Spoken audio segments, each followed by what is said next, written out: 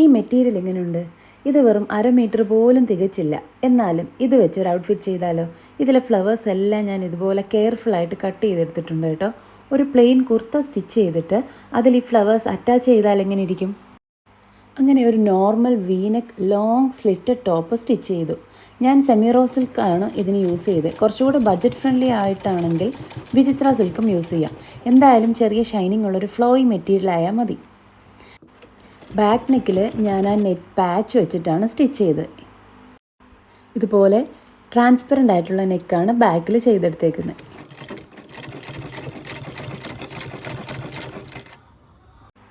Cut ചെയ്തെടുത്ത ഫ്ലവേഴ്സിനെ ഇതുപോലെ നെക്കിൽ ഞാൻ ഗ്ലൂ വെച്ച് ഒട്ടിച്ചു കൊടുത്തു. എന്നിട്ട് എൻ പോർഷൻസ് ചെറിയ കൈത്തയ്യൽ കൊണ്ട് സെക്യൂർ ആക്കി കൊടുത്തു. അതുപോലെ സ്ലീവിൻ്റെ എൻ പോർഷനും ചെയ്തെടുത്തു. ഇനി ഫൈനൽ ലുക്ക് നിങ്ങളൊന്ന് നോക്കിക്കേ.